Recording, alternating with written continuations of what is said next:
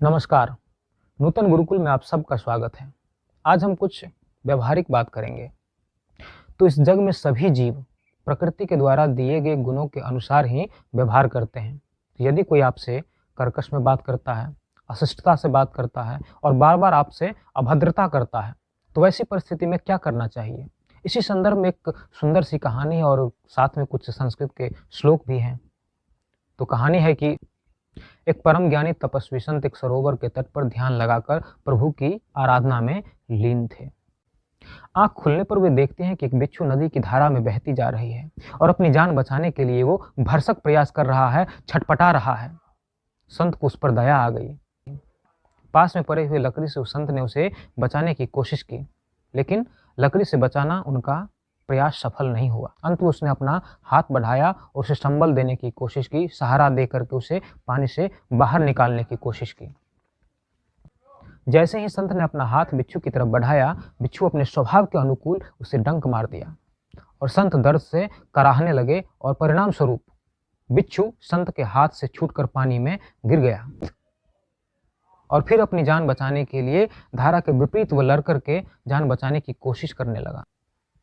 संत ने एक बार फिर उसे बचाने के लिए अपना हाथ आगे बढ़ाया और स्वभाव से विवश बिच्छू फिर संत को डंक मार दिया। ऐसा 4 बार 5 बार हुआ। न बिच्छू डंक मारना छोड़ता था और ना ही संत उसे बचाना छोड़ता था और अंततः संत उस बिच्छू को पानी से बाहर लाया। उसी सरोवर के तट पर संत का शिष्य भी बैठा था और यह सब देख रहा था। उससे रहा नहीं गया और अंत में उसने पूछा कि गुरुजी, आपने उस बिच्छू को बचाने के लिए इतने सारे डंक क्यों सहे? क्यों अपने आप को जान जोखिम में डाल दिए? एक बिच्छू के मर जाने से क्या फर्क पड़ता है? संत मुस्कुराए और बोले, बिच्छू तो नादान है, वह तो ईश्वर के दिए गए गुणों के अनुसार ही अपना व्यवहार करता है। वह तो डंक मार करके ही अपने अस्तित्व का प्रमाण देता है। यदि वह बिच्छू होकर के अपने धर्म को नहीं भूला, अपने स्वभाव को नहीं भूला, तो हम इंसान होकर के अपने स्वभाव को कैसे भूल जाऊं? यानी कि इंसान का जो स्वभाव होता है, दया का, क्षमा का, परोपकार का, उस स्वभाव को मैं कैसे भूल जाऊं? इस प्रश्न का उत्तर सुनकर शिष्य निरुत्तर हो गया। संत ने कहा कि इसी सद्भावना की वजह से यह संसार आज टिका हुआ है, इसीलिए हमें मनुष्य होने का फर्ज अदा करना चाहिए। संस्कृत में एक सुंदर श्लोक है कि दुखेषु नुद्विघ्न मनः सुखेषु विगत सुपृह वितराग भय क्रोधः स्थित धीर मुनिरुच्यते।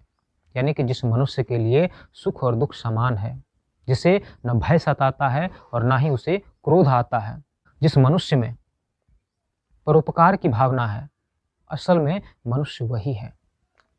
और अंत में, यदि कोई आपका ही सर्वनाश करने पर तुला हो और बार बार कील बनकर आपको चुभ रहा हो, तो धर्म ये कहता है कि आप खुद हथौड़ा बनकर उसे ठोक देना ही धर्म है। क्योंकि जीवो जीवस्य भोजनम, जीव भी अपना जान बचाने के लिए दूसरों जीव को हनन कर जाते हैं, खा जाते हैं। तो अपने आप को परिस्थिति के अनुसार ढालना भी मनुष्य का सबसे बड़ा कर्तव्य है। तो मिलते हैं एक अगले वीडियो में एक नई वीडियो के साथ। धन्यवाद।